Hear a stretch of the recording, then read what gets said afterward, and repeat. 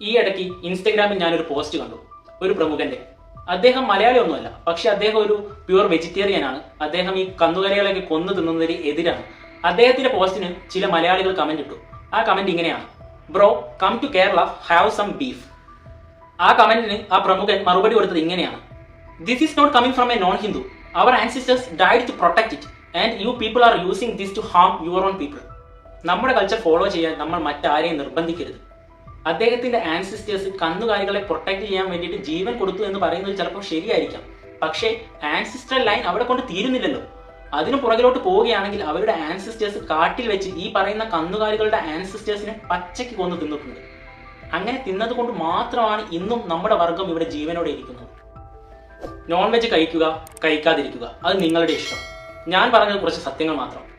എല്ലാ മതങ്ങളെയും എല്ലാ ആചാരങ്ങളെയും റെസ്പെക്ട് ചെയ്യുക. Don't be ethnocentric.